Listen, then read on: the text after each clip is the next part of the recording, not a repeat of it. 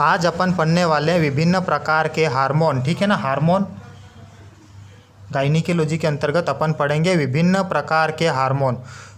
ठीक है ना, जिसमें सबसे पहले अपन पढ़ते हैं आज हाइपोथैलेमस। हाइपोथैलेमस से कौन सा हार्मोन निकलता है भैया? GnRH, gonadotropin releasing hormone. ठीक है ना, तो इसका क्या काम है? इसका काम है FSH, LH follicle stimulating hormone, luteinising hormone, ECG equine chorionic gonadotropin hormone, HCG human chorionic gonadotropin आदि का स्त्रावण को उद्दीपित करने का काम है। ठीक है, देखो हाइपोथैलेमस से कौन सा हार्मोन निकलता है? GnRH हार्मोन निकलता है। इसका काम क्या है? FSH, LH, ECG, HCG आदि के स्त्रावण को उद्दीपित करने का काम करता है, मतलब उनके स्त्रावण को उद्दीपन देने का काम करता है। और इसका उपयोग कहाँ किया जाता है? सिंक्रोनाइजेशन में किया जाता है। अब सिंक्रोनाइजेशन क्या है? सिंक्रोनाइजेशन वह स्थिति है एक साथ मध्य चक्र में लाना। सबको अगर एक साथ हिट में लाना है तो उस स्थिति को क्या बोले? सिंक्रोनाइजेशन, यानी कि एक साथ मध्य चक्र में लाना क्या कहलाता है? सिंक्रोनाइजेशन। हाइपोथैलेमस से कौन सा हार्मोन निकलता है भैया? GnRH, gonadotropin releasing hormone, follicle stimulating hormone, luteinising hormone, equine chorionic gonadotropin, human chorionic gonadotropin आदि के स्त्रावण को उद्दीपन करता है और सिंक्रोनाइजेशन में इसका उपयोग किया जाता है। अब आगे बात करते हैं अपन पीयूष ग्रंथि के हार्मोन। ठीक है ना, कौन से हार्मोन? पीयूष ग्रंथि के हार्मोन। पीयूष ग्रंथि अग्र पीयूष ग्रंथि होती है, पश्च पीयूष ग्रंथि होती है। ठीक है ना, तो अपन पहले पढ़ेंगे अग्र पीयूष ग्रंथि से स्त्रावित हार्मोन। अपन पढ़ रहे हैं पीयूष ग्रंथि से स्त्रावित हार्मोन, उसमें भी अपन पढ़ रहे हैं अग्र पीयूष ग्रंथि से स्त्रावित हार्मोन। उसमें सबसे पहले आता है FSH। इसमें अपन पढ़ेंगे फॉलिकल स्टिमुलेटिंग हार्मोन। क्या? FSH फॉलिकल को स्टिमुलेट करने वाला, नाम से ही स्पष्ट है, फॉलिकल स्टिमुलेटिंग हार्मोन। तब इसका काम क्या है? पहले देखो तो अंडाशय में फॉलिकल का निर्माण करवाएगा, क्योंकि फॉलिकल स्टिमुलेटिंग है तो अंडाशय में क्या करेगा? पहला काम फॉलिकल का निर्माण करवाएगा। एस्ट्रोजन हार्मोन को कंट्रोल करेगा भैया। शुक्राणु निर्माण प्रक्रिया शुरू करवाने में सहायक। नर में क्या काम है इसका? शुक्राणु निर्माण प्रोसेस शुरू करवाएगा और सुपर ओव्यूलेशन। ठीक है ना, क्या क्या काम बोला मैं FSH का? FSH के मेन काम है अंडाशय में फॉलिकल का निर्माण। ठीक है ना, उसके अलावा एस्ट्रोजन हार्मोन का कंट्रोल। शुक्राणु में क्या काम है? नर में क्या काम है? शुक्राणु निर्माण प्रक्रिया शुरू करवाना और सुपर ओव्यूलेशन में इसका उपयोग। एक बार और सुनिए, FSH follicle stimulating hormone, oestrogen hormone के कंट्रोल में सहायक, अंडाशय में फॉलिकल का निर्माण करवाने में, शुक्राणु निर्माण प्रक्रिया शुरू करवाने में और सुपर ओव्यूलेशन में। अगला आता अपना अग्र पीयूष ग्रंथि में LH, जिसको बोलते हैं ल्यूटिलाइजिंग हार्मोन। ठीक है ना, तो इसका उपयोग क्या है? फॉलिकुलर सिस्ट के उपचार में और अंडोत्सर्जन को प्रेरित करता है। देखो LH ल्यूटिलाइजिंग हार्मोन। ठीक है ना, जब ल्यूटिलाइजिंग हार्मोन है तो अंडोत्सर्जन तो करेगा, इसे अंडोत्सर्जन को प्रेरित करवाएगा और फॉलिकुलर सिस्ट के उपचार में इसका उपयोग किया जाता है। दो ही महत्वपूर्ण काम है, अंडोत्सर्जन को प्रेरित करता है और फॉलिकुलर सिस्ट के उपचार में। ठीक है ना, अगला अपन पढ़ते हैं पश्च पीयूष ग्रंथि से। अब पश्च पीयूष ग्रंथि से अपना निकलता है ऑक्सीटोसिन, जिसको पिटोसिन के नाम से भी जाना जाता है। तो ऑक्सीटोसिन को और किस नाम से जाना जाता है? पिटोसिन के नाम से। और ये महत्वपूर्ण है कि घोड़ी में प्रसव का मुख्य हार्मोन कौन सा है? ऑक्सीटोसिन। क्वेश्चन बन सकता है कि घोड़ी में प्रसव का मुख्य हार्मोन क्या है? ऑक्सीटोसिन या पिटोसिन। काम क्या है इसका? मिल्क लेट डाउन, मात्रत्व उत्पन्न करना और गर्भाशय में संकुचन इसके काम है।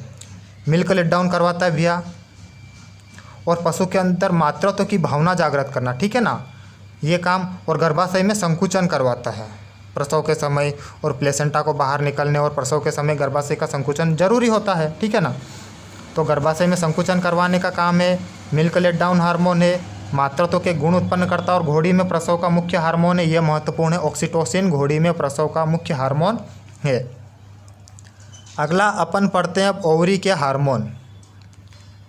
ओवरी से कौन कौन से हार्मोन निकलते हैं? एस्ट्रोजन, प्रोजेस्टेरोन और रिलैक्सिन। कौन कौन से भैया? एस्ट्रोजन निकलता है, प्रोजेस्टेरोन निकलता है और रिलैक्सिन हार्मोन निकलते हैं ओवरी से। सबसे पहले बात करते हैं एस्ट्रोजन की। तो एस्ट्रोजन कहाँ निकलता? अंडाशय की थीका इंटरना से। कहाँ से निकलता है भैया? अंडाशय की थीका इंटरना कोशिका से कौन सा हार्मोन निकलता है? एस्ट्रोजन हार्मोन निकलता है। इसका काम क्या है? द्वितीयक लैंगिक लक्षणों का विकास करना और हीट में लाने में सहायक है, और कुतिया में अवांछित गर्भाधान को रोकना। देखो एस्ट्रोजन कहाँ है? अंडाशय की थीका इंटरना कोशिका से निकलता, वेरी मोस्ट है ना। एस्ट्रोजन कहाँ से निकलता है, तो अंडाशय की थीका इंटरना कोशिका से निकलता है। काम क्या है भैया, द्वितीयक लैंगिक लक्षणों का विकास, हिट में लाना और कुतिया में अवांछित गर्भाधान को रोकने में एस्ट्रोजन हार्मोन का उपयोग किया जाता है। अगला अपना महत्वपूर्ण हार्मोन आता है प्रोजेस्टेरोन। सबसे महत्वपूर्ण हार्मोन है प्रोजेस्टेरोन। कहाँ से निकलता है भैया, ओवरी से निकलता है। ओवरी में कहाँ से, सीएल से, कार्पस ल्यूटियम से स्त्रावित होता है ये। भाई प्रोजेस्टेरोन हार्मोन कहाँ से निकलता है, कॉर्पस ल्यूटियम से निकलता है। ठीक है, क्या बात कर रहे थे अपन, प्रोजेस्टेरोन की बात कर रहे, कार्पस ल्यूटियम से निकलता है और गर्भावस्था को बनाए रखने वाला हार्मोन है।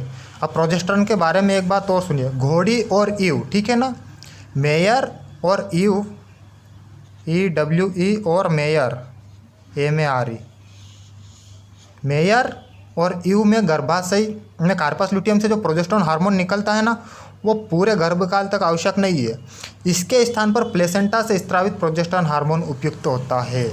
क्या बोला मैं, घोड़ी और ईव में क्या होता है कि कार्पस ल्यूटियम से स्रावित हार्मोन पूरे गर्भकाल तक आवश्यक नहीं है, और इसके द्वारा जो प्लेसेंटा से निकलता है ना प्रोजेस्टेरोन हार्मोन उपयुक्त होता है।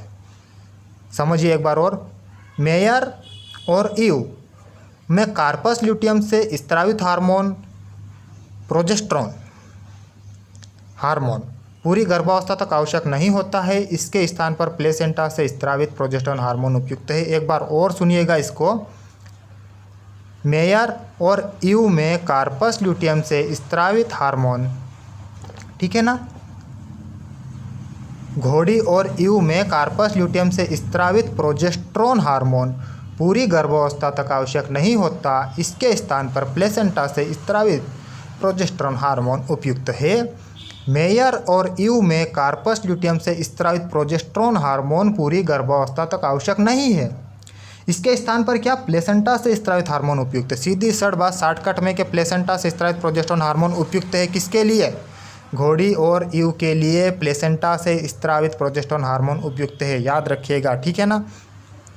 अगला हार्मोन अपने पास आता है रिलैक्सिन। रिलैक्सिन कहाँ से निकलता है, ये भी सीएल से निकलता है, कार्पस ल्यूटियम से।